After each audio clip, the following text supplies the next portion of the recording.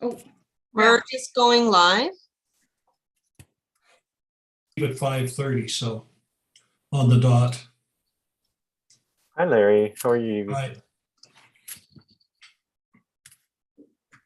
Okay, we are live. Welcome, everybody, to the June 1st meeting of the Cultural Vitality Committee. My apologies. I'm just pulling up the agenda here. I'll be just a moment.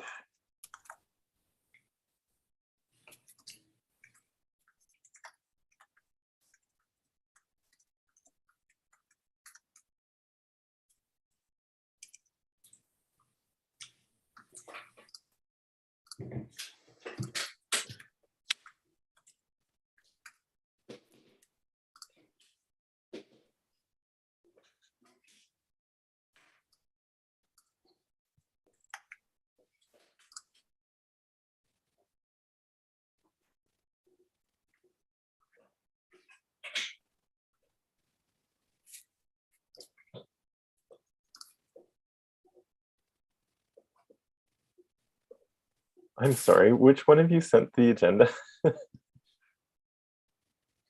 That was Virginia. Okay. Oh, yeah, sorry. Goodness. Oh, yeah. Sorry, the document was so large I couldn't email it, John. No worries, no worries. That's my inattentive search techniques. That's-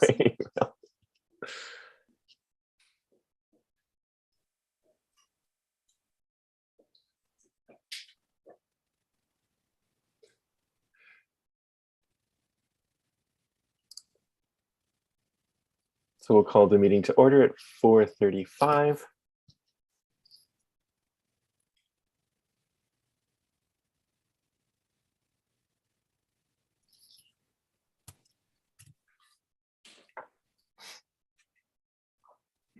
And while I'm waiting for my computer to catch up with me here, where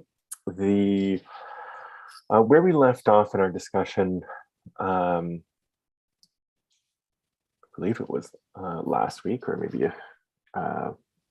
last week, we had done the assessment of the applications, and we're on to the discussion of the distribution of funds. I know that prior to us getting into that, Councillor Hilsinger has provided a declaration of pecuniary interest on the application, so we'll be recusing herself from those discussions once they begin. But do stick around, everybody, for our discussions after that, though, because we do have some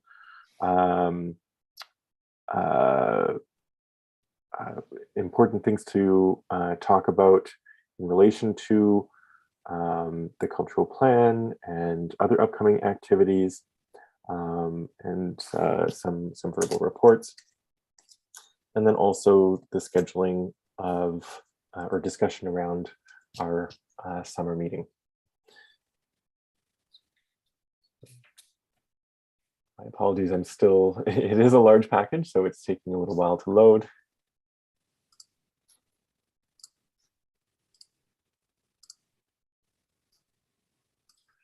While you're doing that, Sean, I wonder for staff if it would be possible to break the package down into 2 or 3 smaller parts, because this was a huge one. It was really difficult to work with. 174 or 5 pages. I mean, finding your way through that was laborious in future. Donna, do you know how, because I know council packages are extremely large. Have they ever, like, do you know if Clerks is able to break them down for councillors, or it comes as one large package? well, we get ours inside eScribe. Okay, so we log into eScribe and we get ours that way. And then, but we also get a link to the agenda on the Website. corporate website, which it's exactly the same thing. It's just how you maneuver it, if you will, or go through it.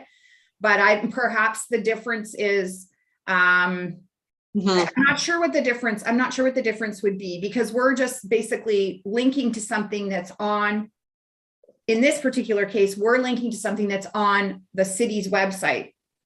So you're not really, are you downloading? I guess in a way you kind of are downloading it, yes, but I can loads fine for me. It loads fine for me because that's how I did it. It's right off the city site and it's fine, but. But Larry. you probably get it printed too, or you can get it printed out if you want. I don't know I never get anything printed. 175 pages on Yeah. my little home printer. Holy smokes. Yeah. Yeah, Larry. Manipulating 175 pages online is something. Larry, maybe Yeah. what we can do is when we get to the next round, because our future agenda packages until the next intake are going to be smaller. We'll try to see how we can sort that out to have that sent out differently. One thing I will point out, if Larry or other people don't realize it, I've recently learned this myself, is when you download an agenda or you open an agenda from the city's website, and on the left-hand side of the page, it will say, you know how it keeps a small window over there. So on the left, so there's a top, which you scroll through, but if you go to the little icon that's got the 3 lines, it says document outline. If you hover over it, you can go exactly to each section of the agenda individually. So that is much faster. 4.1, 4.2, you can scroll down and go to whichever one you want. Well, maybe we could have a lesson on that at some point. Yeah, I'm going to show. So Yeah. I know it's kind of hard to see, but see, oops, my God, I feel like Vanna White here. You see here, like that's the top button that shows you just to scroll through the agenda, but right down below there, Larry, and anyone else who's interested, it's got this outline, and then you can see each one of those numbers are the tabs that align up with the numbers on the agenda. So it just makes it faster to go where you want to go directly without having to scroll through. Everybody, I've got my agenda now in front of me, and thank you, Larry, for raising those concerns, and also thanks to Virginia and Alicia for checking on some of those options with the clerk's office. All right, so do we have a mover and a seconder for the adoption of the minutes from the previous meeting? Moved by Larry, seconded by Miranda. All those in favor, please remain silent. Anybody abstaining or opposed, please indicate your intent in the chat or otherwise. Great, the minutes pass. Katie notes an abstention. All right, item number 2. Declaration of pecuniary interests.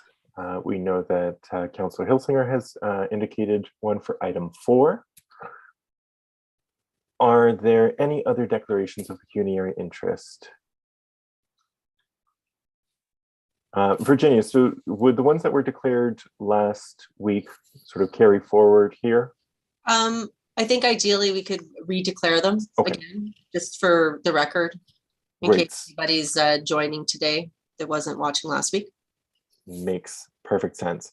So I know Larry and Yasmina, you had declared conflicts. So I'm assuming you want to reissue that for today. We'll get that noted in the minutes.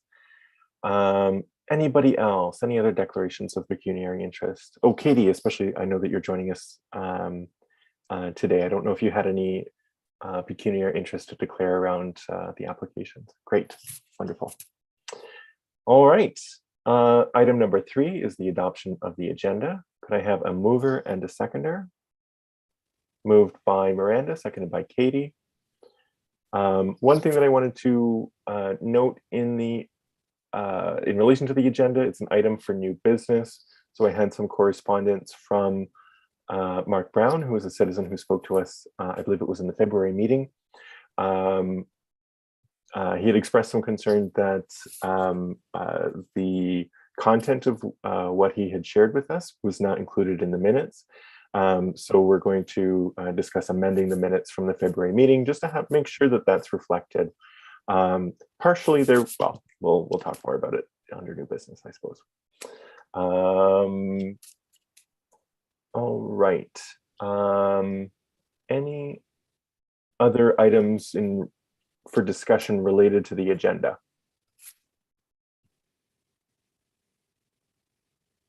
Or sorry, Sean. Yes. One of the other things that you and I had quickly discussed, if time permits, I would give an update just on the status of the cultural plan and some of the action items, just as a quick review for the committee members. Wonderful. And thank you so much, Virginia, for doing that, especially going into the summer. I know it's, I know your whole division is just slammed with work right now, so we really appreciate it. Any other comments on the agenda? Seeing none. All right, we'll move to a vote.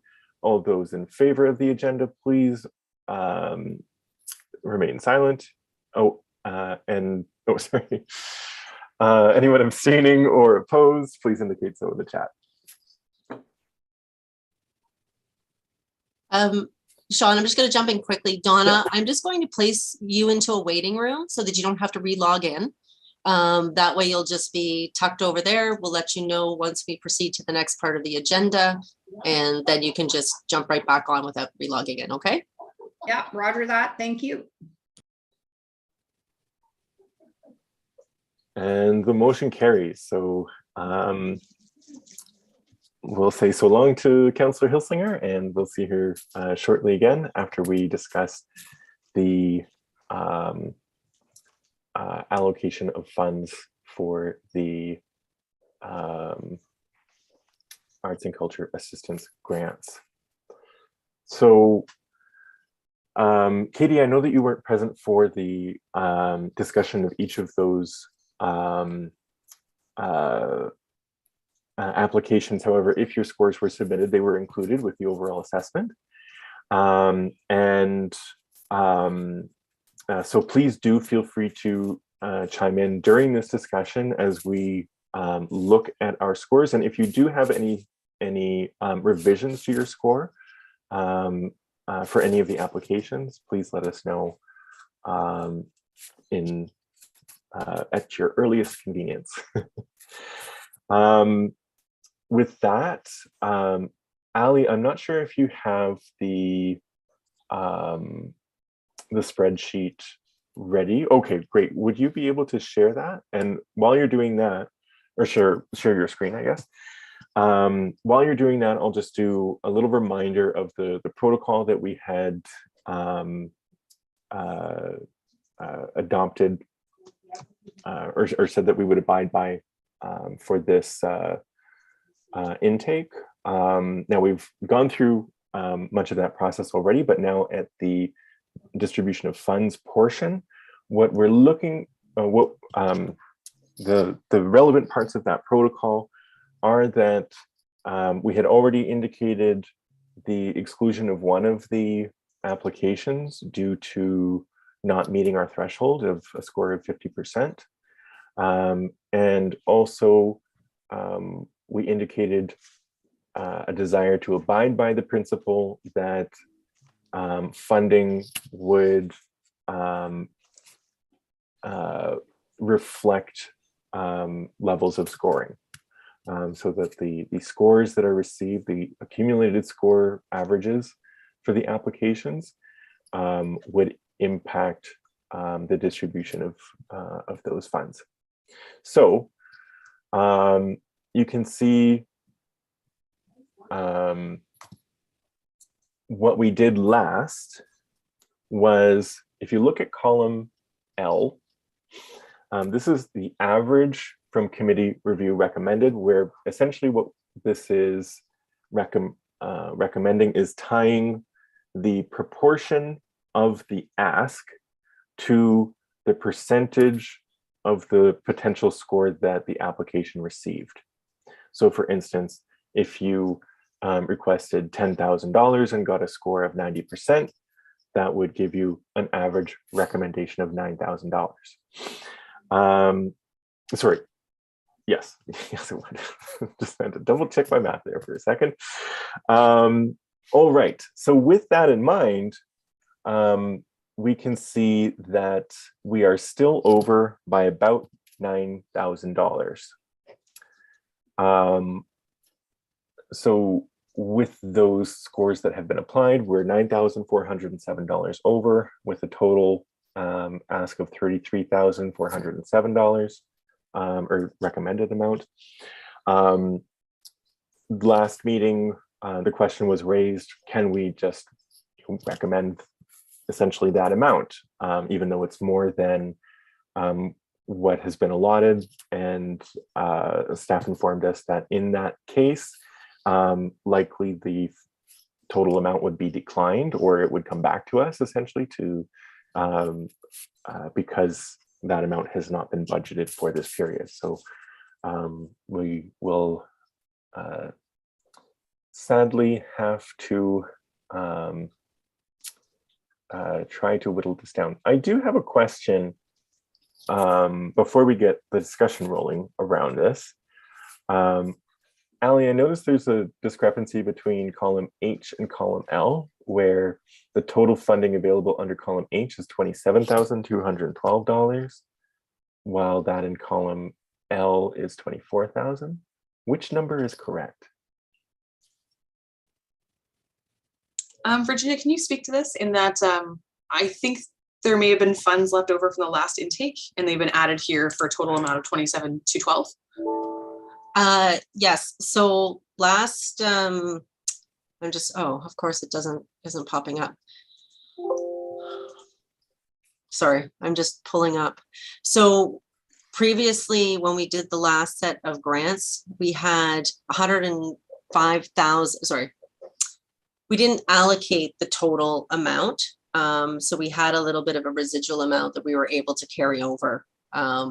Because it didn't meet the threshold. So that accounts for the discrepancy. So it should be the 27,212. Whew. Well, that's a relief. It's nice to not have to cut 9,000. All right, so thank you for that clarification. And I'd like to open it up for comments. Maybe we could each share, well, I'll just open the floor for discussion. Anybody who has an idea for how to proceed. Oh, sorry, Ali, go ahead. Sorry, no, I just wanted to make sure that as I've updated over here in column L, then that this is the accurate amount that we're working with. Great, and I see that's already adjusted.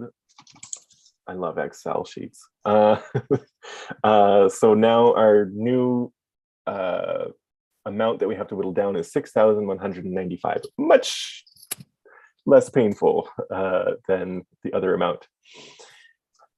All right, so does anybody have suggestions, bearing in mind our principle of funding coinciding with scoring?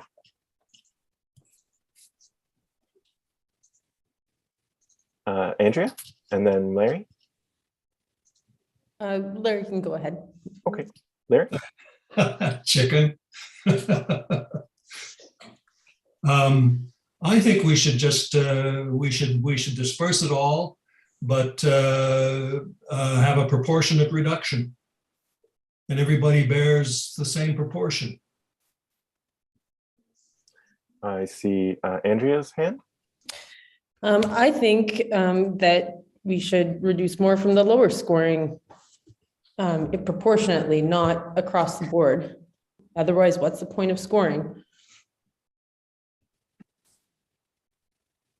Right. Any other comments?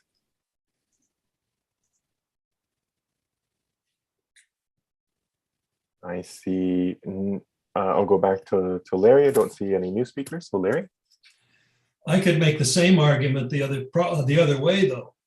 What's the point of scoring if you're not going to do it across the board after it's already been scored? Everybody bears it. Everybody bears the shortfall equally. it's equitable. All right, I think, Katie.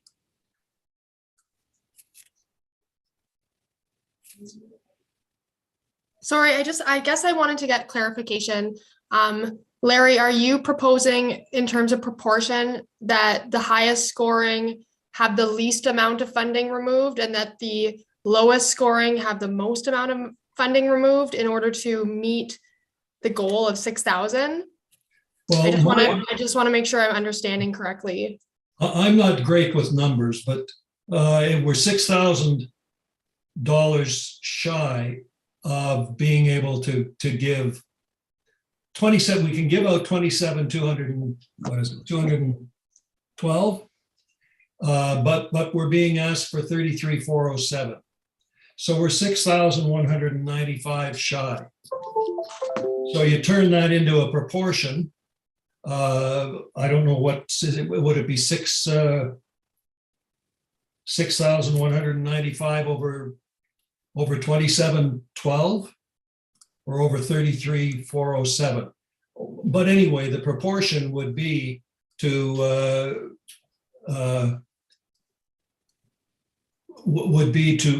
turn that into a proportion and then apply it just to what we've all scored.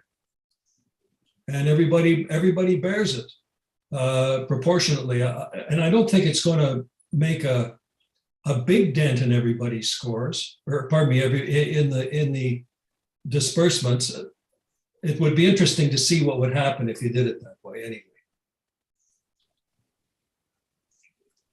All right, so this discussion is going to require some quick math on our parts.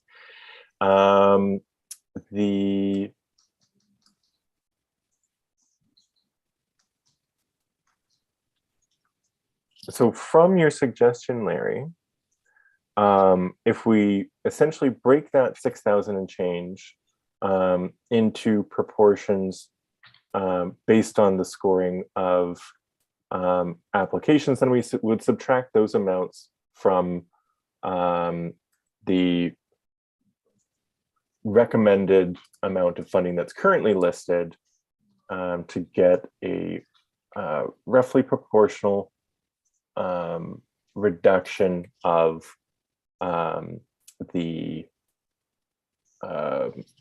remaining amounts that's over our limit.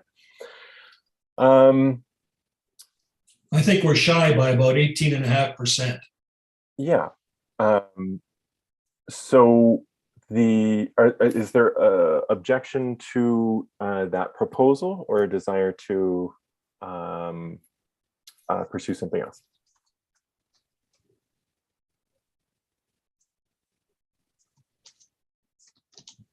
Do we want to see, I see some like maybe hesitant faces. Do we want to see what that would look like essentially if we apply that? I think Yeah. I'd like to see what it looks like. Great. Sorry, Andrea, I didn't mean to cut you off. Okay, well, Good idea. Allie, do you want me to do some rough calculations and then we can just like play some music or something? People can. And sorry, Sean, you're going to be on the No, that's spot okay. with mathematics.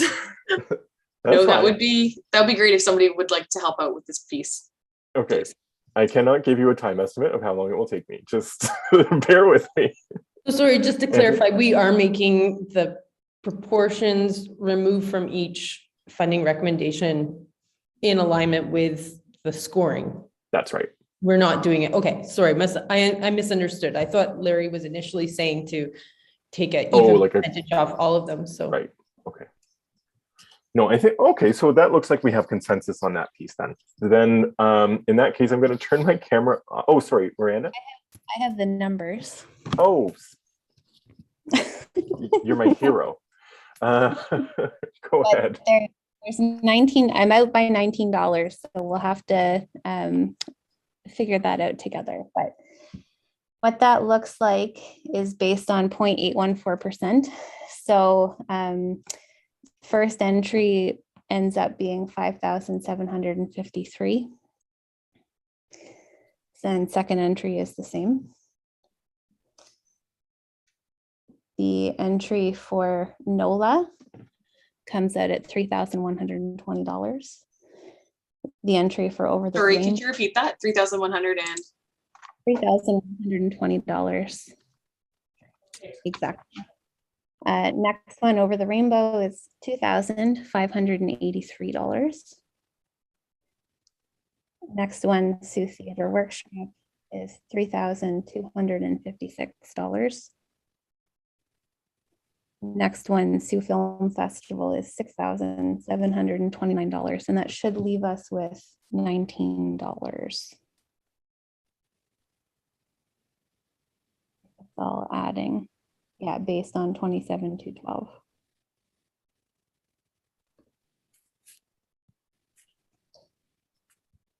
so it's about $18. I may have not heard. So just to double check, $57.53 for the first two cells. For Northern Ontario Latin Hispanic Association, $31.20. Over the Rainbow at $25.83. Sioux Theater Workshop at $32.56, and Sioux Film Festival at $67.29.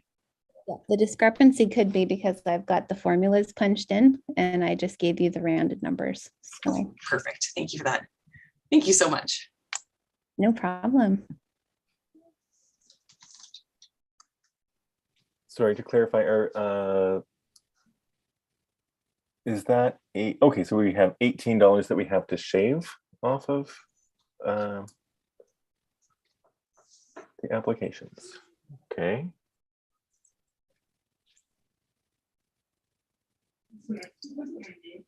So can we take $3 off of each? That seems to be the easiest solution.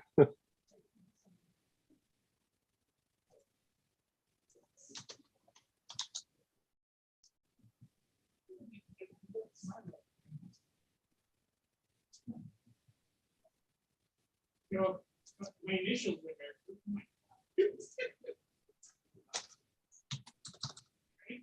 And that's the double-sided. Maybe Did that work out? Were we 18 under? Is that the way the cell worked? Must have been so. So we need to add Add $6 to each one now.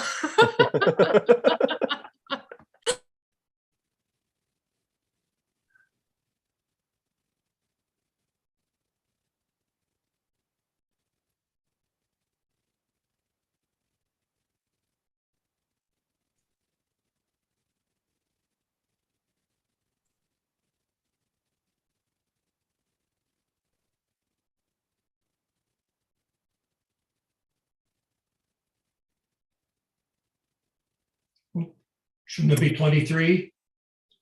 Ah. 60, is that 67.32 right, or should it be 67.23?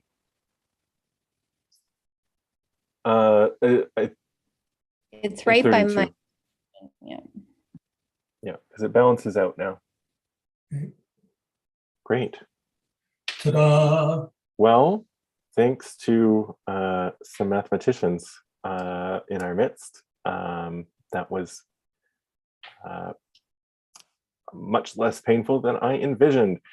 So with these numbers, you can see them in front of you. So we have 5,756 for 2 installments for the Algoma Fall Festival, 3,123 for the Northern Ontario Latin Hispanic Association Gala, 2,586 for the Over the Rainbow Children's Entertainment Series, 3,259 for the Sioux Theater Workshop operations, and 6,732 for the Sioux Film Festival.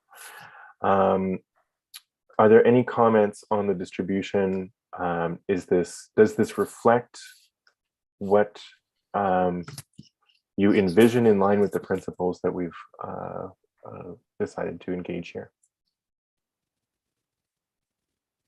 I see some nodding heads. Larry? I think that's fair. Wonderful. And please understand that I'm just asking these questions, not to coax people to say no, but just to make sure that everybody has the space to speak. All right. So with that, I think that we have a clear recommendation.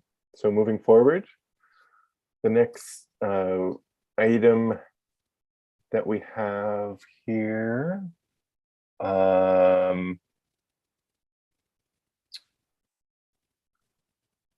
You need a Would be resolution. 4.3. Sean, sorry, we need a resolution. Yes. Yeah. Which I 4.3. started, yeah, so I've got the first part of the resolution worded, and then it would be each of the organizations with the following amount. Great. So do I have a mover for the resolution? Resolved that the Cultural Vitality Committee recommend to City Council that a total of $27,212 be awarded for the late intake of the Cultural Assistance Program grant in the following amounts, and with the following amounts reflecting those that we've just discussed. Could I have a mover for the resolution? Moved by Andrea, seconded by Katie. All those, any discussion? Seeing none, all those in favor, please remain silent. Anybody abstaining or opposed, please indicate your intent in the chat or by opening your mic.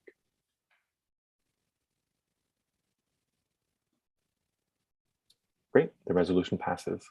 And thank you, Ellie and Virginia, for your patience with us. Thank you both very much for your assistance with the math on that. Yes, and thanks, Miranda, for those quick calculations. Made a big difference here. And for Katie's suggestion on the revised, the remaining $18. Katie. Sorry, I just wanted to note, should there be abstention for Larry and Yasmina in that because of their conflict of interest? The conflicts are usually in relation to the discussion of the application and the scoring. Okay. But the overall vote, historically, correct me if I'm wrong, Virginia, the overall vote, all members partake in, is that correct? They can choose to abstain if it's applicable. I think these were very arm's length Okay. reasons for declaring a conflict. But I didn't move or second, Move or second. Yeah. just for appearances. Thanks for clarifying, Virginia and Sean. Oh, no problem. That's a very good question. And one, I'm glad that we had the opportunity to clarify the procedure there as well. And yes, I think we can bring Donna back now.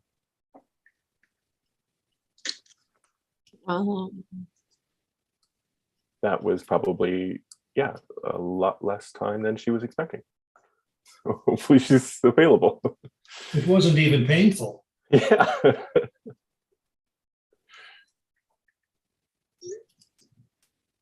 All right, welcome back, Donna. We made quick work of it.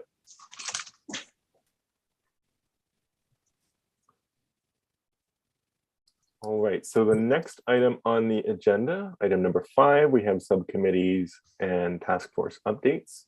So the first is the Community Recognition Award. Should I send this over to Virginia? Actually, I'm going to forward that to Alicia. Great, sorry. Page 167 on the agenda package, for those of you scrolling. I'm also scrolling as I pull that up. Okay, so we met back quite some time ago as a subcommittee to review the Community Recognition Award. Just as a quick update, we have released the Community Recognition Award documents as they were last year to get this rolling for this year. So this will be in preparation for next year as we look at this version and discuss this for 2023. My apologies, I continue to scroll. Larry is correct, it is lengthy. So ultimately here, I can share my screen if anybody, ultimately we had met and we'd reviewed this as a group. It doesn't take much of a change, basically. We've added a couple of fields, rather, extended the fields so we could get more information provided. And I think that's pretty much everything, if I'm being perfectly honest. There wasn't much of a change to the requirements. There was a very specific space involved where, let me see here, let me share my screen.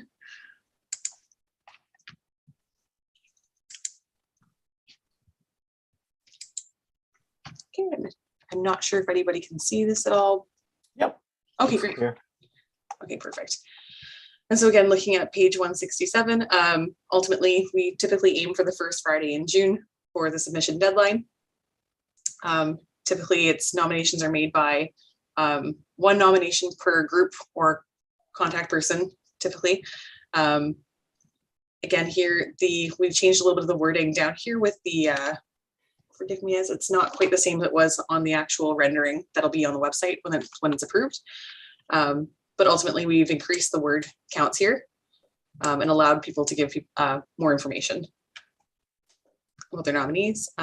That's pretty much it. We've made it clear that digital packages are encouraged, and that's pretty much it, although they'll be acceptable in person as well at the Civic Center or by mail. Here we've put together a frequently asked questions document to help guide people, and of course they'll be able to contact the arts and culture lead to discuss this prior to submitting an application. And ultimately, eligibility, the only concern there, I believe that specifically here with who's eligible, we had discussed new and emerging artists and practitioners, as well as posthumous nominees are eligible for this consideration for this award. So that broadens and expands the category a little bit. Moving forward, submission information, it's pretty much the same. These will be linked properly within the documents as well. That's why they look that way. And again, it just kind of goes through the rundown of how nominees and award recipients will be recognized throughout. I think there was one particular piece about people whose jobs in particular, rather how people employed by the city more or less wouldn't be eligible for this award. Let's see here. So number 7 in particular, if you can see that. Nominations are appreciated. However, employees of the city of Sault Ste. Marie or individuals serving on committees, boards, or agencies are ineligible to receive this award for these activities or those related to their employment. And that was the biggest concern there. Further, again, process and timeline. This is typical, April to August, September to November, when the reception usually and the commemoration ceremony typically happens. But it's all just stipulates what we typically know. And it's a bit more available for the public to see. Are there any questions? Thanks, Alicia. Oh, Donna. Is the exclusion of city staff, that paragraph that you showed us, is that new or was that there before? I believe it's new. Okay. I'm completely in agreement with it. I just was curious to know if it was something carried forward or if you decided to add it. Thanks. Yeah, Donna, it's new. I think there was always some questions around how staff that are paid for this work would be treated. And we've traditionally never awarded it to staff. So I think we were just trying to make it very clear that that's not something that city staff would be eligible for. Yeah, completely understandable by me. Thanks. And of course, the other concern is cronyism. Yeah. Yep, for sure. Great. Any other comments or questions?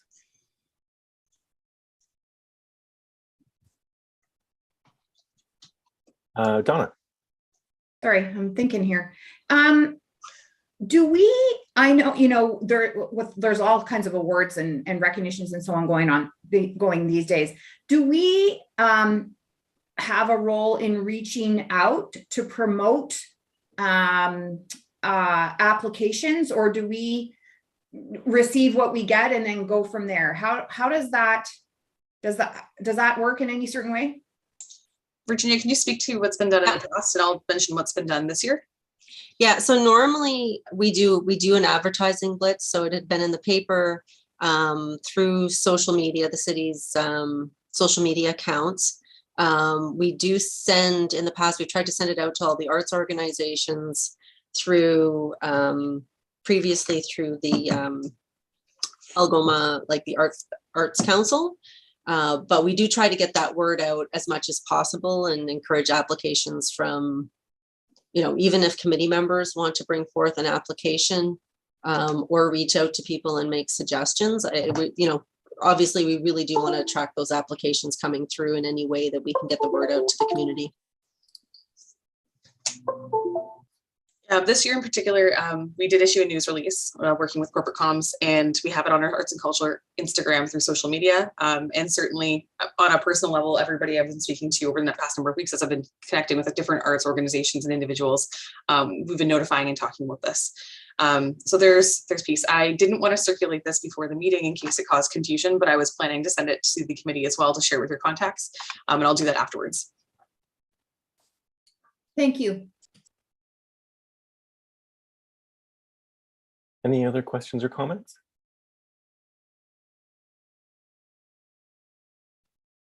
I see none. Do we need a motion to adopt the new form? Great. All right. So, sorry, let me just, oh, shoot. Sorry, I clicked on something and changed what I was looking at on my browser. All right, so we'll do a motion to adopt the revised application template for the Community Recognition Award as presented. Do I have a mover? Moved by Donna, seconded by, I think Miranda just squeaked ahead there. All those in favor, everybody, all those in favor, please remain silent. Anybody abstaining or opposed, please indicate so in the chat or just saying so. The motion carries. So my thanks to the subcommittee for doing that work. While we're on the topic of the Community Recognition Award, I also wanted to acknowledge the work that Virginia, and I'm sure probably Ali as well, did in preparation for the distribution of the Community Recognition Award for 2021. Which we just had the ceremony on Friday. It was at Giovanni's at the request of the family of the recipient. So that was celebrating the contributions of Armando Pulente. So again, we just want to acknowledge his contribution to music in the city of Sault Ste. Marie, is also Italian language music through across the North Atlantic, really, in terms of the impact that he had. And many thanks to the family for their celebration on Friday. And thank you to the team that pulled that together. It was a really beautiful ceremony, and I saw a lot of work go into that. So thanks. All right, so the next item on the agenda is the call for artists for the Twin Pad. I will let whoever is leading that jump in because I'm not good at calling these things. Okay, so in your package, there is a bit of an overview of what was included. So we're working on the call to artists right now. We're hoping to look at a late install at the very end of the year. So there's a bit of an overview, but what I was hoping to get from the committee is we haven't put in the RFP at this point anything about the theme or any language around that, and wanted to get the committee's feedback. So kind of as per the public art policy, this is where we would pull the committee in to kind of weigh in on what that piece could look like. I'm going to actually share my screen just so it shows up a little bit better. Because I've rotated the view of the location. So this is the location that we're looking at. So this is a conceptual drawing of the main lobby as you go into the new space. So if you're coming in that main lobby, if you were to go to the right, just before the staircase, you would enter into the existing soccer facility, seniors and community space. And then this will be the main lobby accessing the new Twin Pad space. And then upstairs within that space are some multi-purpose rooms, access to the seating, viewing area, walking track, So it's really going to have a lot of functions at this facility. It's really for all ages and all members of the community to enjoy different activities there. So this is kind of the main feature wall that we're looking at for the piece that we're going to call out. And again, this is just a rendering or conceptual, just so you get a bit of an idea of what that space looks and feels like. So by no means is this the art piece. It's really just a placeholder. So the committee has an opportunity to actually visualize what that space could look like. So wanted to get some feedback on some of the themes. The content kind of in the first part of the overview is directly from the public art policy that was passed this spring. Kind of, you know, what we were looking for as we develop that public art policy and the types of pieces that we're going to be looking at for the community. So yeah, so just wanted to start that discussion and get some feedback from the committee.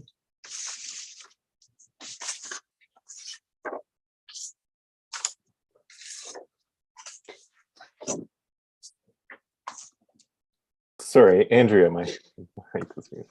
I guess I'm just wondering a couple things about the call. If this is, you know, if you're putting it out on something like a Kimbo or some of the sort of more national circulations for calls, it seems like a really tight deadline just to have a fall 2022 installation. Yeah, it's going to have to get bumped back to late April. So originally I was hoping to take this to our April meeting. So, but with our quorum challenges, you know, we're pushed back at least 6 to 8 weeks now. Yeah, and I think a lot of public art calls, most will usually give an idea of the budget range so that they know what they're working with too. But if it's a really wide range, then maybe that's yeah, maybe that doesn't need to be part of it as well. We do have a budget, like a max, like I have a maximum budget for all the components that are within that space. So this is just a 1-page summary. I have a 25-page RFP that I'm working through, which covers off a lot of just general clauses for everything from insurance to indemnity to kind of the whole process. So there would be a portion where we get some type of drawing as well.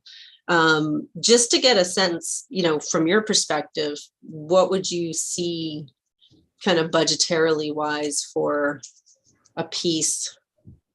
Well, I think it makes a difference in how an artist would write a proposal. If you have an idea of what the budget range is, like a lot, you know, if it's a couple $100,000, if it's 50,000, 20,000, like all of those are really going to change. Also, you know,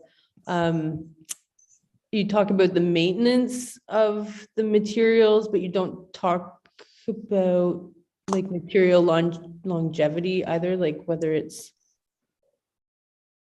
not that I can find. So just being clear, like if it is, you know, if there's a time scale for something being installed too.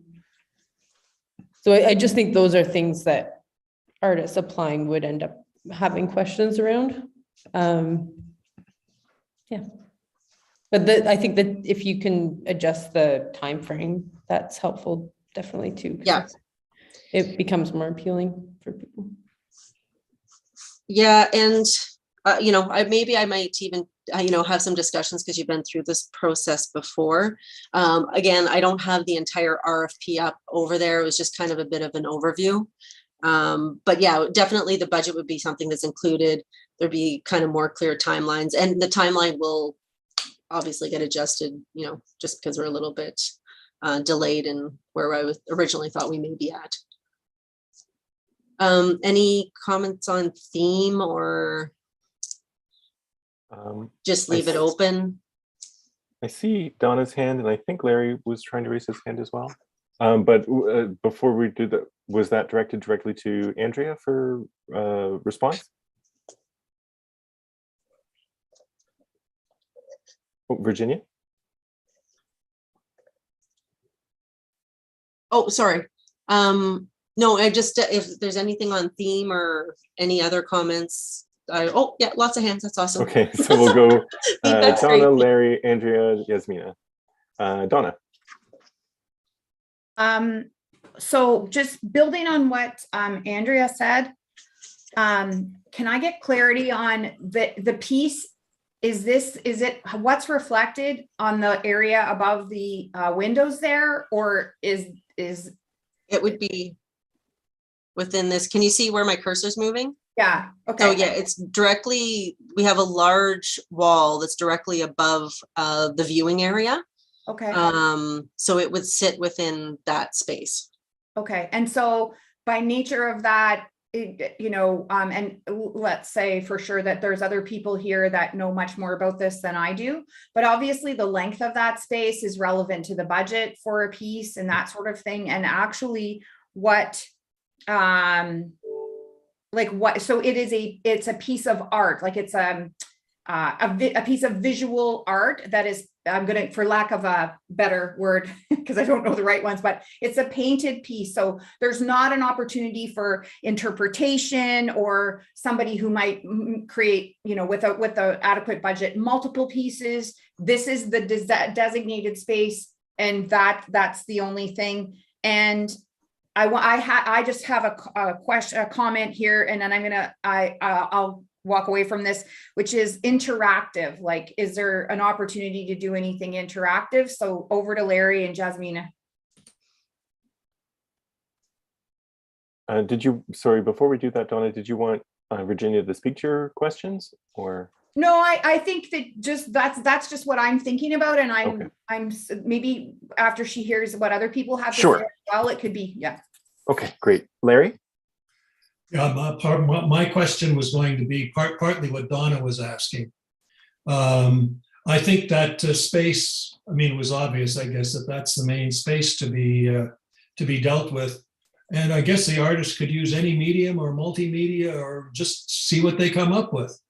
But another idea struck, I don't know what these circles are that are above the walkways and so on. You see 4 circles, are there lights in them? Yes, that's the lighting. Okay, because they made me immediately think of those flocks of geese in the Eaton Center. I think they're paper mache. Anyway, I throw that out. I have a theme, a suggestion. The story of Sault Ste. Marie. Thanks, Larry. And now Andrea, and then Yasmina. Thanks. Okay, so just I guess back to tips on the call. Often other public art calls will have like a red outline or something that highlights the area so that that's clear. So having, as Donna said, like another view where you see the length and the proportions of the whole piece would be great. Some places are also including, if the total budget would allow for it, to include some community consultation as part of the project. So some calls are not even asking artists to necessarily propose an actual artwork, but to propose how they would engage with the community first before even coming up with a concept. If we want to make the theme really relevant to the people using the building and the community. Thanks, Andrea. Yasmina? Okay, what I wanted to say is that there are some calls for public art that have 2 steps. The first step is call for expression of interest. And in the call for expression of interest, you specify the space, the budget, the use of the area, the building in this case, and see what you get. And depending on the budget, the artist will decide what kind of material they use. They're not going to use gold if they have $20. I'm just making it up, but you know what I mean? Like, they will have to adjust whatever their vision is to meet the budget if they're interested in doing it. And in terms of, do we want to tell them what our theme is? I don't think we should.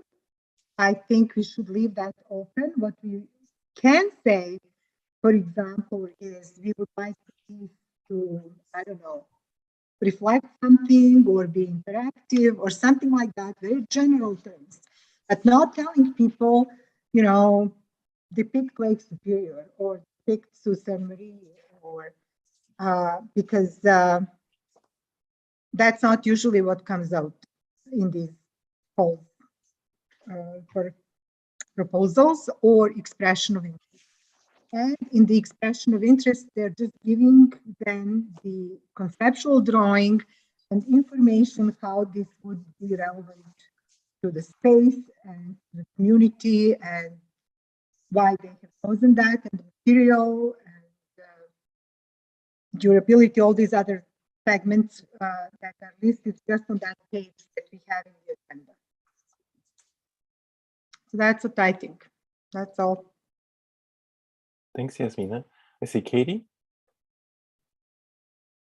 Thanks, Sean. I definitely agree with Andrea and Yasmina in the fact that I don't think we should necessarily prescribe a theme to stay within. I think it should be reflective of the community that uses that space, so that when they look at that art, they see themselves represented in it, or, you know, they can relate to it. So I definitely, I like the idea of the community consultation. If that could be worked into the budget, I'm not sure what budget we're working with, but I definitely think that that would be a nice element. Thank you, Katie. Any other comments or questions? Seeing none, I'll go to Virginia. I don't know if there's any. Sorry, Oh, I just yeah, have one. Just go for it. one. I think that this call should be definitely posted beyond Sault Ste. Marie. That's all. Thanks very much. I see Larry's hand. I accept Jasmina's direction. I mean, she works with this all the time. This is her space, her wheelhouse. Thanks, Larry. Now I'll go to Virginia. If there's anything that you wanted to respond to or fill in any questions. Yeah, no, I think what's hard is I do have a number of the things that were brought up are captured in the RFP that we've been working on. I was just trying to give a bit of a summary.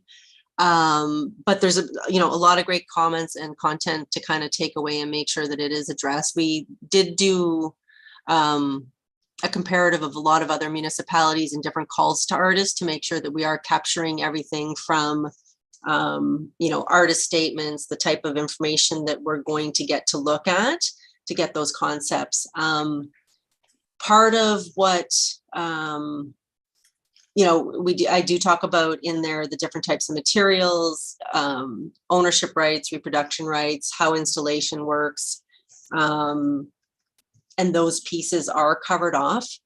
One of the things that we do need to look at, and I do like the idea of trying to get some community consultation. I've just got to try to see how we work it in because we're 2 months behind now at this point, just with some of the struggles we had with kind of quorum. And getting some of that feedback. So I'll have to take a look to see how that may fit into the timelines. With that, I did, the concept that's there was what they had done for us so that I could visually kind of see the space. I do agree that it may be one piece, it may be a series of pieces. It may end up even being some type of 3D installation that's over the expanse. It's just to try to give them a visual of the total space that they have to work with. And yeah, I agree. We don't know what we're going to get. We could get some really interesting submission that's, a three-dimensional. Donna, you had commented about an interactive piece.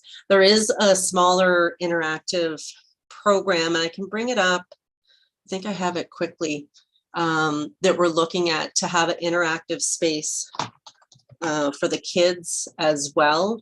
It's a little bit, it's not necessarily an art installation. And I'm going to share my screen. It's called Lumo Play. And it's a projector system. Can everybody see my screen okay? So this is in addition, so this is kind of an interactive piece that we can rotate on a regular basis. So it could be as simple as in the wintertime, we have snowflakes, and when the kids walk across the floor, the snowflakes scatter. So you can theme it. They can play games. So we can change this app all the time. So there will be an interactive piece that's included there. And there's multiple apps. So that's not necessarily the public art piece, but it is an interactive piece that we're trying to incorporate. One of the other pieces that I was hoping to incorporate in some way, and I don't know if everybody saw the call out for photos of the McMeekin over the years. I'd like to try to retain some of that history and have one of the rooms named the McMeekin room. So actually take the cast lettering that's on the building, move that into a large piece and remount them with all of the historical photos and pictures overlaid in behind, so that history is retained from the old building and brought into the new in some way. So that's another component. But yeah, I think the idea of keeping it wide open, we could get some really interesting pieces that we're looking at as we move forward. And again, it doesn't have to be one piece. It could be that series or 3D or something interesting, depending on what the artist's vision is for that space once they get to see kind of the rendering and what that space looks like and how it's going to feel for the customers coming in. Thanks, Virginia. I see Donna's hand. Thanks. I like that McMeekin idea. That's really cool to celebrate that history, because I'm sure there's lots of young people who are now have their own families who, grew up playing hockey and whatever in that space. So I think that's neat. My question was this: could we use on the consultation side, could we use this as an opportunity not to just consult on this project, but make efficient use of time and go out and say, we know we have a lot of room to grow and a lot of room to celebrate with public art in our community. We want to know what you think about what that art should represent. And then we're not doing it. We could use that as the example. Our first project coming up is the new Twin Pad Arena, but there will be other things. And so, let's be efficient, but let's see what kind of feedback that we would get back. And then we could use that for a year or 2 years, that feedback, then go out again afterwards. But it might help us gather more input than just for this particular project. So that was what I wanted to say. Thanks, Donna. Andrea? I guess just quickly on that idea of efficiency, like if we end up bringing artists in for consult, it would be great to have them do some sort of public talk that could benefit the local artists in the community. And I think those sorts of activities also help with like future buy-in or connection to the artwork after the fact too. But it's a great opportunity to learn more about someone's practice that might not always be evident in an application package as well. But great for the community. Yeah, and if I can, Sean, I like the idea of just having that dialogue. I don't know if anybody had the opportunity to attend the Queen Street open house that was held, I think, a couple weeks ago. But part of that open house, when they're looking at redoing Queen Street, is to look at spaces where we have the ability to put in some more public art to animate Queen Street. So, that could be kind of timely to start to have those discussions, engage the community, and get a sense on, what they'd like to see. And I think just having that dialogue is just, could be really great in general and a fun thing to do this summer. And even if it's little pop-up things when we're having events, it's just, hey, you're already coming down, stop by and, what do you think, right? And so it could be, as simple as just doing that through events over the course of the year and have a little pop-up space. Thanks, Virginia. I just wanted to check, Katie, I saw a thumbs up. I'm not sure if that was expressing just the idea that was being discussed or getting on the speakers list. I thought it was a good idea to have the artists also contribute in terms of just sharing knowledge. Thank you. Well, really interesting discussion today. All right, are there any other comments or questions? So to summarize, I think some of the key takeaways are general agreement not to sort of narrow the theme, but also to incorporate more community engagement in the process. And in so doing, also get some public input on public art more generally, both themes as well as even locations and aspects like that. Miranda? Just to say, I think that that's a really good idea, but we do, in designing the questions that we ask in those sessions, we just have to be mindful not to take attention and energy away from the project and the artist, but to be very strategic in our efficiency. Yeah, absolutely. And another key component being that opportunity of engagement for the artist as well, of being able to do an artist talk and not just increase their profile, but also have an a dialogue with the community. Yasmina? Well, I agree with Miranda that we should not basically influence the artist. It should be their decision still, what they are going to do, and not, the community says, well, we all want to have a flock of geese. No, I'm just making it up. So then that's what the artist is going to go for, because that will give him or her the commission. It has to be really done well, I guess. So that's all I wanted to say, because I would like to see what they have to say, whoever they are, and how they see us, how they see the space, how they see the community, how they see Algoma. It's not necessarily in alignment with what we see. But that's the beauty of it. That's how it should be. And there's not one thing to see. There's not, or not one way to see it. Exactly. So they may just focus on something that we would never focus on.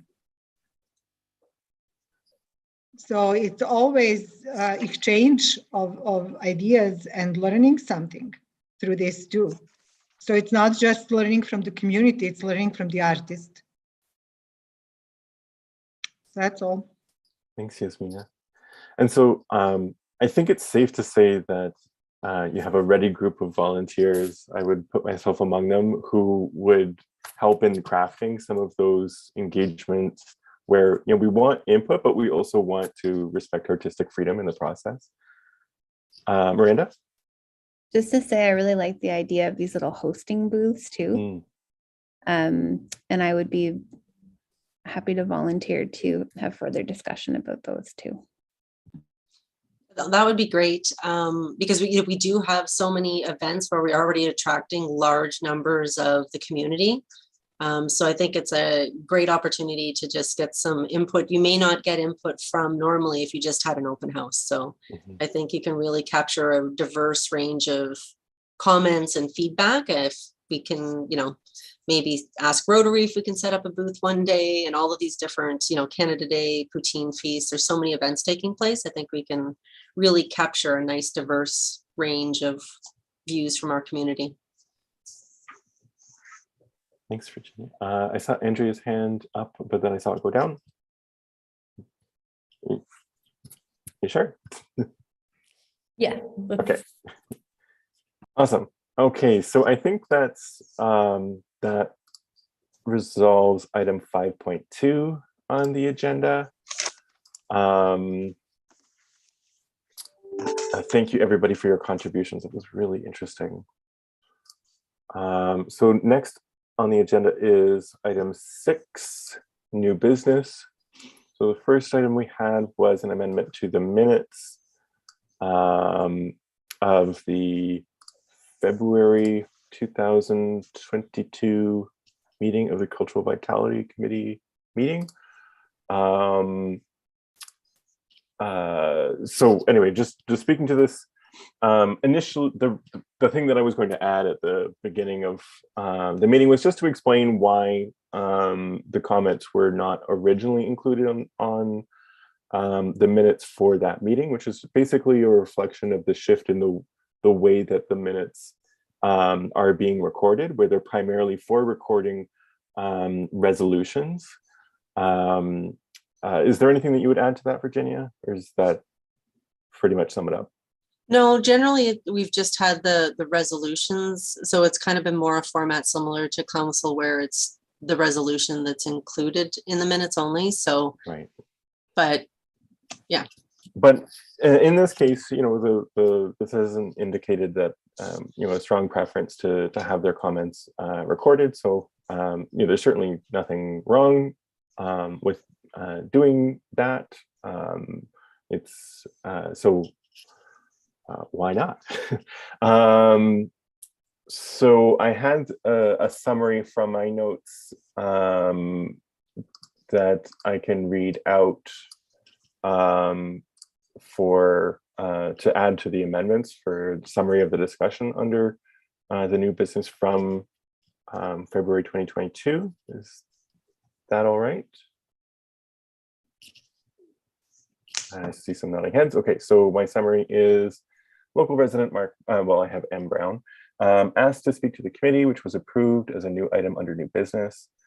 M. Brown suggested that arts and cultural presenters be present for regular sessions of City Council during break or dinner periods, and that such presentations should take place in council chambers in view of the public. A. Pinheiro asked M. Brown if the expectation would be that the presenters would be paid or unpaid. And Brown responded that he envisioned the presentations would be unpaid and performed for exposure. S. Meadus noted that suggestions could be considered during an upcoming review of the community cultural plan, and questions about process referred to the city clerk's department. All right, does that reflect the memory of folks who were there?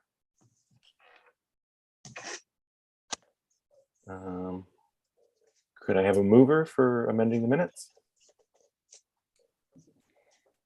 For clarity, Sean, I do not recall that being there. I don't know if anybody's got the minutes handy from that day, but I won't jump in here because I don't believe that I was, if I wasn't there, I definitely wasn't there for that part of the meeting from my recollection. Okay.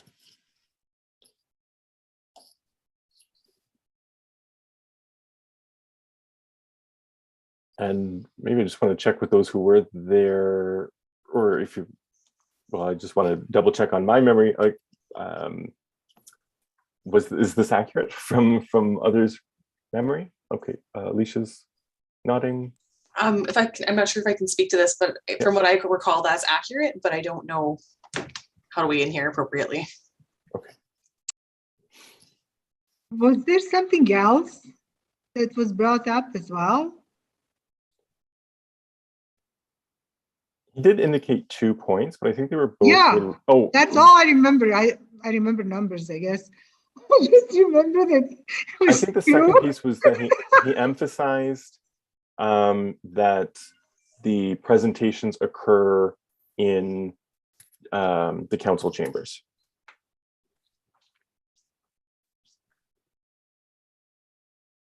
I thought that was something else. I just don't know what.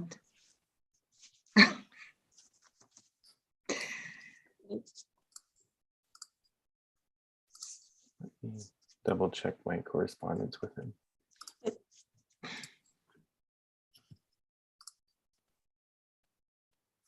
Is it something allowing not just him, but people to attend meetings or something? Something to that effect? All of our meetings are open to the public at all times. That's when we moved to COVID, we had to go to live streaming the meetings so that they're available to the general public, since we were no longer meeting in person. But yeah, anytime we have a committee of council meeting, like Cultural Vitality He did Committee. talk about that. I'm pretty sure he did. Yeah, and we reviewed the procedural bylaw and Something like that. Yes. Yes. Yeah. So yeah, we are always open. That's why we live stream. Yeah, but I thought that, he started off with that, right? Yeah, and the committee meetings are always available on the city's YouTube channel if you ever want to go back and watch them again. So I think we should stick with 2 points.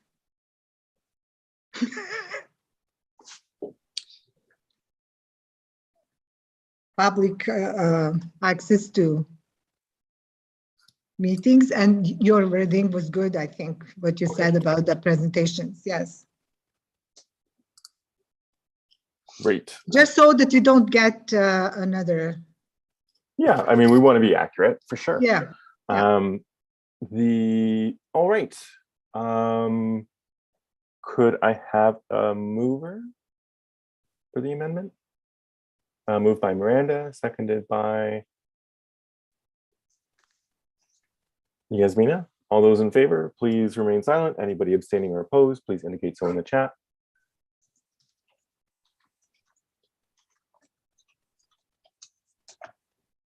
And the motion carries. Next item under new business was an update on the cultural plan.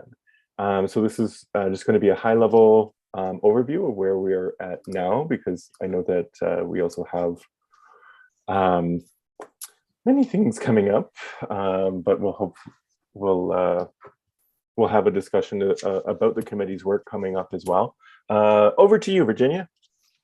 Okay, so if everybody can, do you see the Excel sheet on my screen? So basically, this is just an overview of each of the action items, followed by kind of where the status is. So the action, the per capita spending, the goal was to increase it from $1 to $5. So as you can see, we're gradually increasing it, and we've made some good progress since 2019. I will be, and I believe it's the wish of the committee to resubmit the request for increased cultural financial assistance or cultural funding as part of the 2023 budget. We did put a request in for the 2022 budget. So is that something that the committee would like to have resubmitted again moving into 2023? Seems Okay. broad consensus. Yeah, I see all the nods. So that's something that we'll be resubmitting. The cultural financial assistance guidelines are completed, but I think, we're continuing as we go through the process each time. We're continuing to fine tune it. We're finding ways that we can improve it. So I think that'll continue to be a work in progress for the next little while as we hopefully get to a better form. That's the next thing for us internally, is to try to find some type of software that's going to have a better application form, a smarter form, so that it's going to reduce the amount and the length of the application. So we're going to continue to work on that, as well as a quick summary rubric sheet. So it'll be a quick reference guide for committee members. So those are a couple pieces related to action 2. The full-time position is complete. Action 4. This I think is always going to be ongoing as we continue to build relationships with our cultural partners. Action 5, standards and accountability.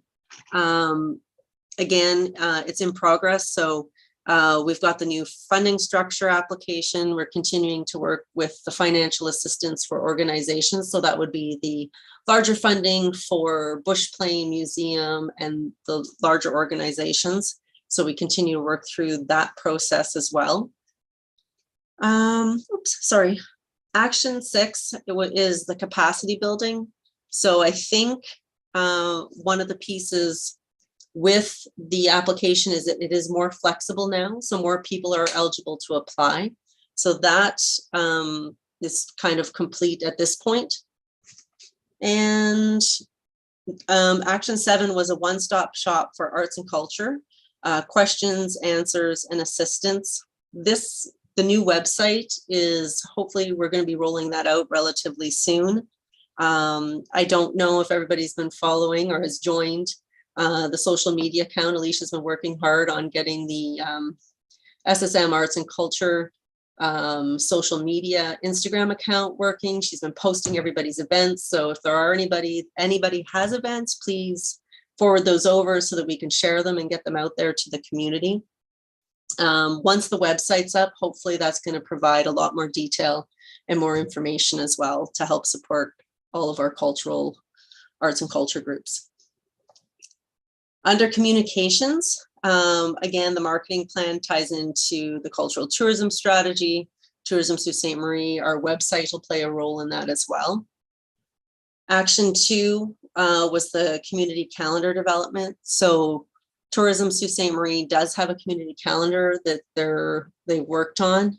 There's probably still some fine tuning, and we'll have a link off the arts and culture website to that calendar from that location, as well as sharing information on the Instagram account. Action 3, the cultural tourism plan, is in progress still. So that should be hopefully moving along, or we should see the final product soon, I would imagine. Tourism is working through that currently. Action item 4, film. They have a film coordinator on board, and they're kind of coming out of COVID, but that's starting to pick up again through film. Does anybody have any, if I'm going too fast too, if you have any questions, just raise your hand and I can stop and address them as well. The arts and culture asset inventory. So we've been working on that. That'll also reside on the website. We had an opportunity to talk to some of our other partners, so they know that it's coming. I know there's a draft of the information sheet that Alicia has ready, so that once we're ready to start populating, we'll be able to send that out to all of our organizations. They can complete it, and then hopefully over the summer, our summer students will be able to start populating the inventory for us. I see a question from Miranda. Virginia, I think I missed you commenting on action 4 in this section, promoting film. Oh, so yeah, so Tourism Sault Ste. Marie. So they do have a film coordinator. They've been working through kind of coming out of COVID. So there were still films happening through COVID, but they do have somebody that's working on doing the outreach and working with our local Rolling Picture, is locally has been very active in helping promote film for Sault Ste. Marie. So yeah, so they're continuing to work through that through the tourism department. Thank you. Sorry. Action 6, promote contribution of arts and culture to social and economic well-being. So this is ongoing through various community projects, partnerships, and activities. The new funding structure is helping gather more relevant metrics, impact both tangible and intangible. Alicia, do you want to take over for a second? I think I've been talking too much. Sure. I was going to say that, yeah, basically, you've covered off action 6. Action 7, it's an online hub forum for collaboration, support, and knowledge sharing. This will be created part of the new arts and culture section of the website, so that's still in development, in progress. Goal 3, indigeneity. Action 1. Sorry, I'm just going to jump in here, Ellie, because Donna has a question. Oh, great. Thank you. I just want to go back to the action 6 that you just covered about contribution to social and economic well-being. We don't have to discuss it right now, but I would be curious to understand more about like tactically, like how that has happened. Some examples maybe of these partnerships or these projects, and just to have a better understanding of what we've done and how we are measuring the I know it says promote contribution, but how we are measuring, so we would be measuring the promotion of it, but you know, is it coming back full circle or whatever? And we don't have to take time to do that now, but I would like to know more about the efforts and what they're resulting in. Okay, Virginia, are you able to come back? Close. Sorry. Yeah, I'll do some more research for you and get more detail to you, Donna. Thanks, Virginia.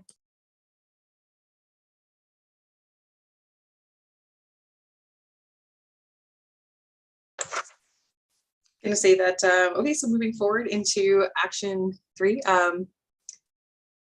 you know what? I'm actually looking at a different document in my hand here. I'm sorry. I can only see Virginia's screen.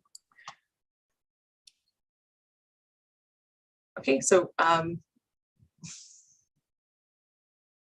a moment here where I'm having some issues. Okay, so action one, augment and mandate of the Wadding Advisory Circle to include arts and culture. So say, sir, Virginia, can you speak to this? I'm sorry. I'm so sorry. I just, yeah. So We can take a previously, break. Sorry, like that's okay. So back in last summer, Todd had reported to through the arts and culture sector, there was representation in the Wadding Advisory Circle through the Nendaswin Circle, and members who are working and aware of the arts and culture initiatives, activities and programs implemented as part of the community culture plan, and they've been active liaisons with the Wadding Circle and Indigenous communities. So previously it had been flagged as complete August of 2021. However, there's probably, I think, now that Alicia's on, we do need to look at kind of where there's at and get an update. Because I haven't had as much conversation with Nendaswin Circle. So again, that's something I think that's always going to be something that's ongoing and continuous. Action 2, Indigenous Arts and Culture Fund. So that is identified in the Arts and Culture Assistance Program. So there is sections that are covered in there, and that's covered under the overall funding that we have currently. So all of the different streams are kind of rolled into the one application process. The Indigenous Arts and Culture Festival, so Summer Moon, we're working very closely with the IFC on the project. So that's moving forward. Alicia, I don't know if you want to give a bit of an overview, because that is coming up and hopefully everybody will be out to participate. Yeah, we're looking at June 21st to 25th this year. Again, for those of you who know and those of you who don't, we're looking at multicultural artists coming in for music and workshops and community programming opportunities, as well as publicly accessible mural art in the downtown area. And so we're pretty excited about that. And so we're getting very close.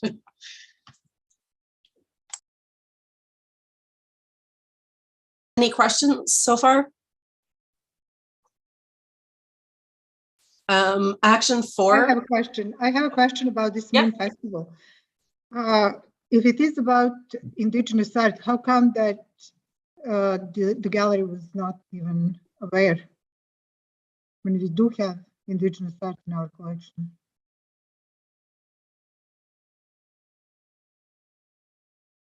I didn't know what's happening. I still don't know exactly what's happening. With Summer Moon? Yeah. Okay. Well, I was going to say that in the short term, we've been promoting for the past couple of months throughout our local media channels, and ultimately, I was going to say that we've been up and running for a couple of months. So I was going to say that would you like to have a more complete discussion at some point? No, that's fine. It's too late. Okay. I just want to make a comment. Thanks. Action 4, opportunities for collection and exhibition of Indigenous art. So this is going to be ongoing.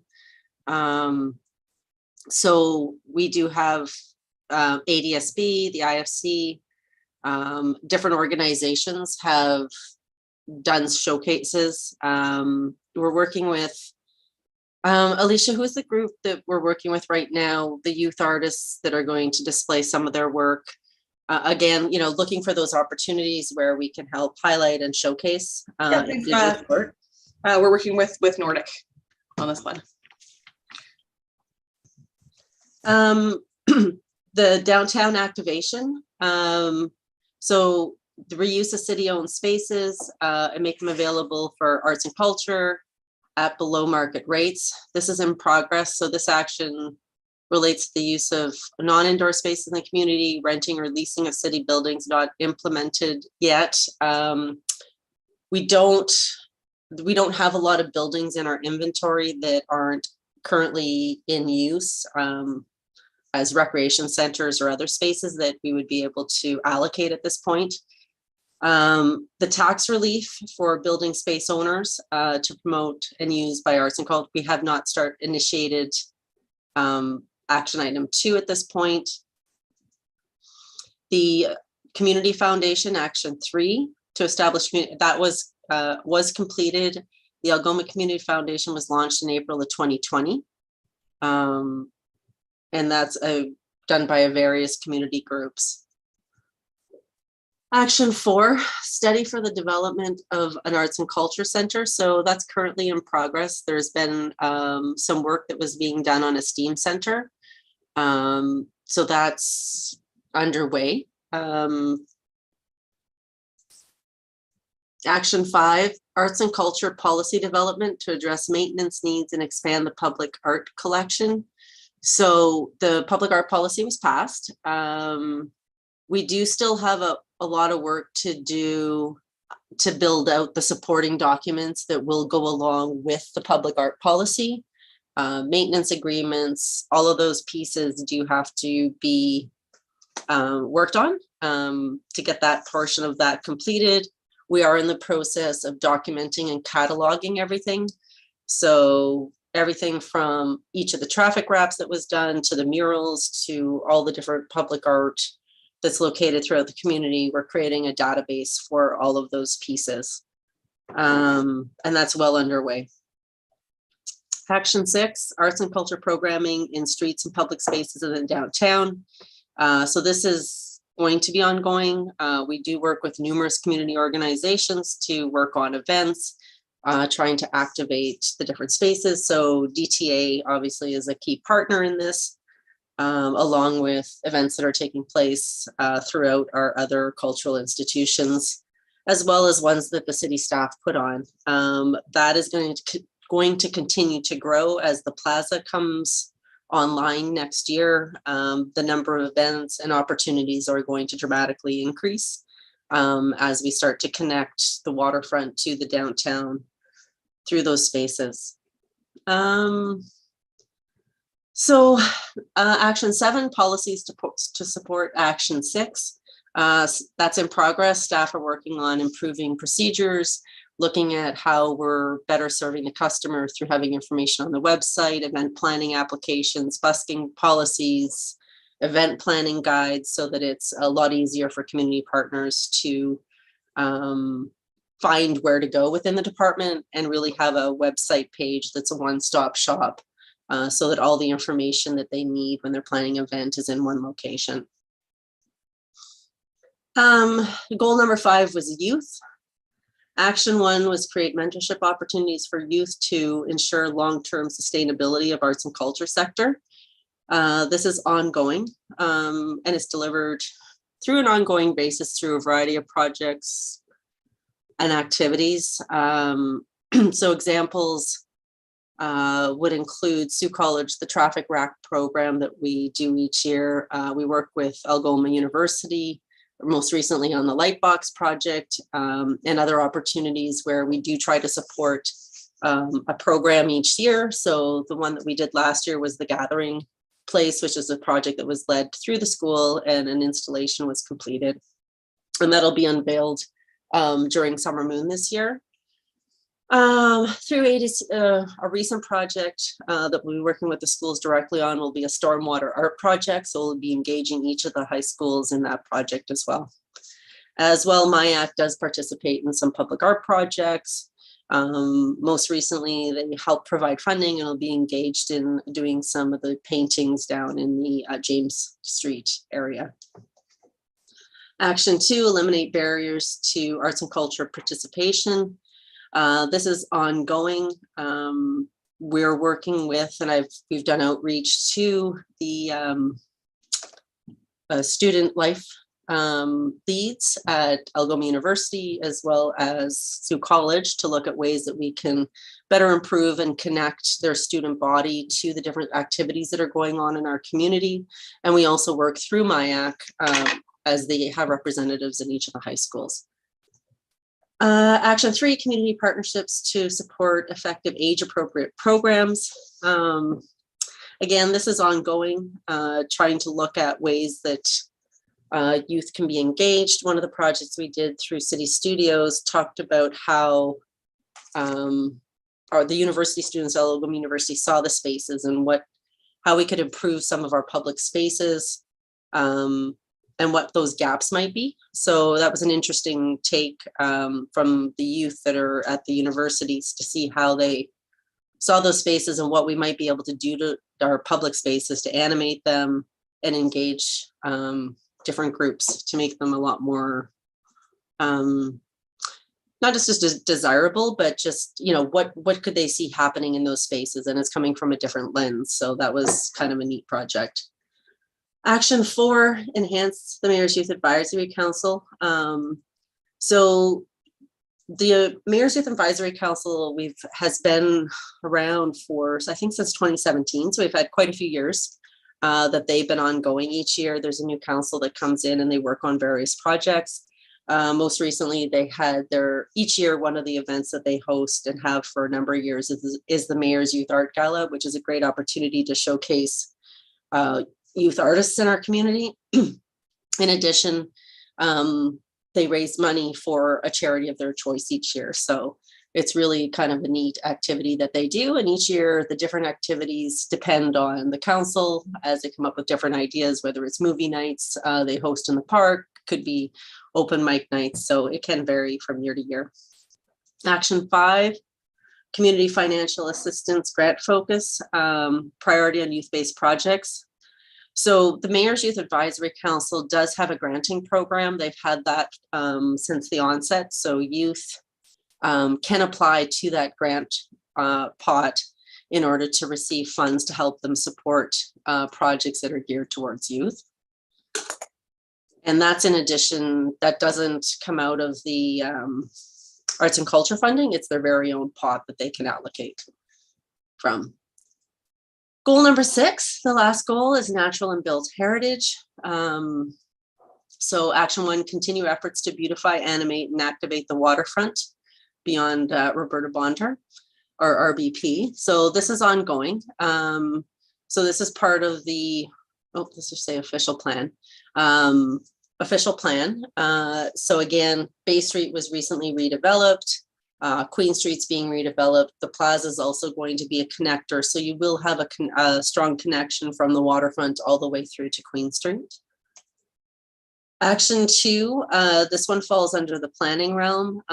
This developed design guidelines for the waterfront development. It has yet to be initiated. So that's something I did speak to Don McConnell about recently to start to have some dialogue with the planning department. Action 3, greater connectivity from the waterfront to the downtown. So this really ties into action 1.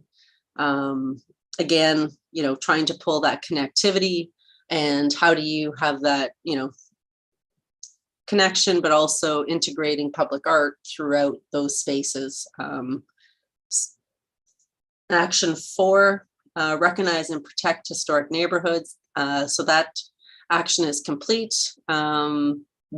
The official plan that was recently approved by council included locally significant areas. So that is now in the official plan and completed.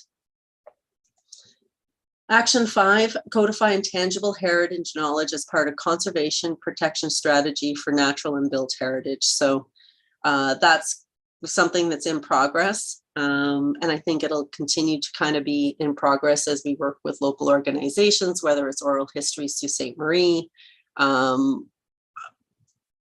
different activities such as that. So that's, again, ongoing. And heritage trees, the Municipal Heritage Committee, I think it was in April, we passed a resolution. So a couple members have volunteered to start working on looking at an assessment of our trees and of starting to begin to identify those which would be deemed significant, and then potentially designating some of those trees if warranted. So any other questions?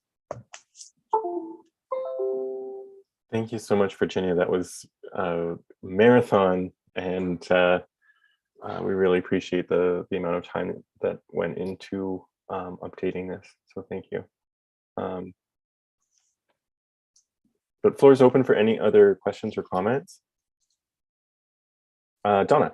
Just a quick one, Virginia, at Environmental Sustainability Committee, we've been talking about, and we had a presentation by Clean North on a tree bylaw. So I don't know whether that overlaps, but I would just suggest you speak, if you don't already know this, and if you guys haven't, you or Alicia haven't already talked to Emily Cormier about that those two things might come together. That's all. Yeah, no, thanks, Donna. That's great, because Emily did mention that was something that might be on the table there when I talked, but that was a while ago when I talked to her about it. So as we move forward with the project, I'll definitely connect with her to make sure we're not duplicating. Perfect. Okay, great. Thanks, Donna. Any other comments or questions?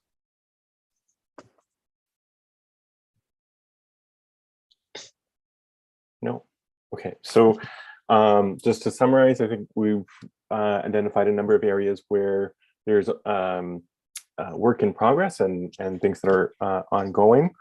And some of these are city-based, and some of them are more broader throughout the community, results of not just collaborations with the city, but also efforts of local artists, arts organizations, and other relevant stakeholders. So some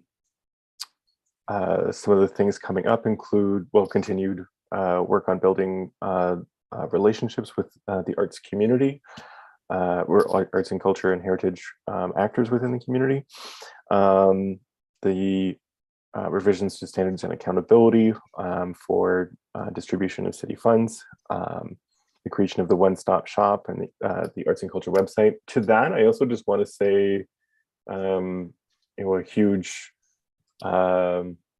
thanks and kudos to the social media on at Arts and Culture SSM. It's I started following it, and it's really great. It's very well pulled together, very consistent, and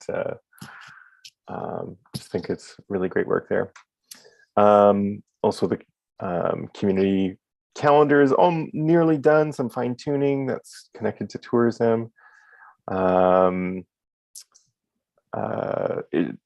Some more conversations around the promoting the contribution of arts and culture to the local community and well-being. And one of the things or that we're sort of out of the scope of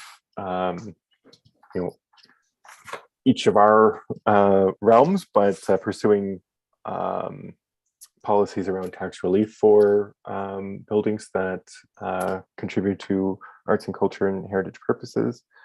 And we also know that the work around the STEAM Center is forthcoming, because that RFP went out. And then some other aspects related to natural and built heritage that are more in planning's realm. So again, thank you for that really exhaustive summary, especially well, you weren't necessarily well. Thank you for doing that. And I think that this gives us a lot to think about over the next little while of areas to concentrate our efforts in. And I know that we also had some input from the community on some ideas around that as well. And I know there was also some desire around doing public consultations, especially around the processes for ACAP, the financial assistance program. Related to that, though, I guess moving into the tail end of this meeting is a question of I guess we're still under new business, but our next scheduled meeting is for June 15th. But I'm curious how folks are feeling. I know that we've had a hard time pulling together quorum over the last little while. And I'm wondering if it's just because folks are a little overextended during the season. Do we want to maintain that June 15th meeting? Do we want to essentially begin, since we had a meeting outside of the regular planning for this session today? Do we want to have this be our final summer meeting before we normally take July and August off, or we could have a meeting, in August? I'm throwing that out there for discussion. What do you folks think?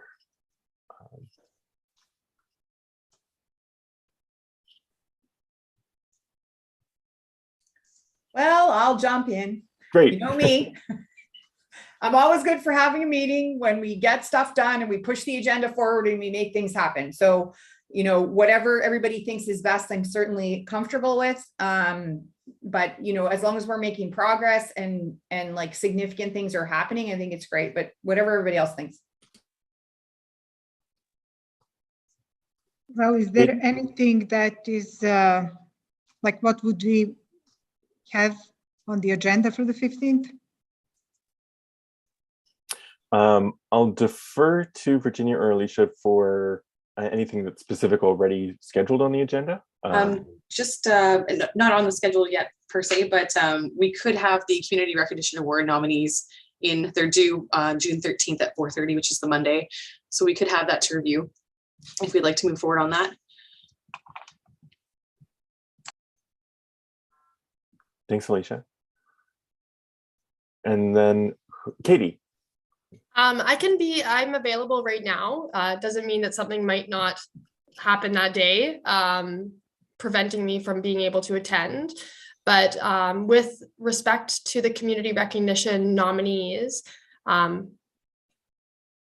just don't know if that'll be sufficient time for me to review if the nominee package is, or like the nominees are sent out on Monday night for Wednesday discussion. The other option that we can consider is we could look at maybe doing something in August if everybody's available just quickly to do that at that point, or we've got a lot of homework to do over the course of the summer. Yeah,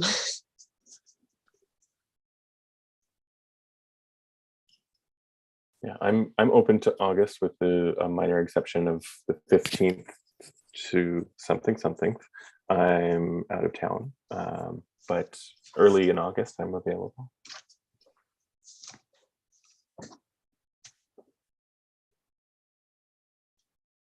I'm just going to start picking people. So we've already heard from Katie, Yasmina, Donna. So how about Miranda and Andrea? Miranda. Curious to know, would the date in August then be Wednesday the 17th? Technically, we could schedule it for whenever we like. We just have to make sure that the posting is up with 2 weeks notice. Is that right? No, we would probably want the posting up. Well, I don't have an August schedule. The Friday before, if we can.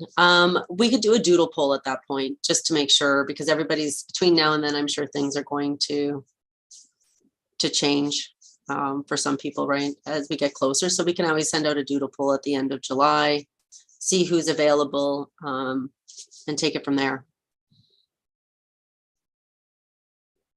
I see some nods. I just want to check in with you, Andrea.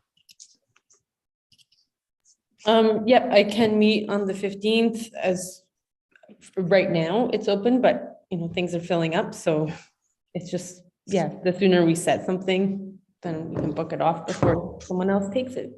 Right. So would you prefer to meet in June as opposed to August?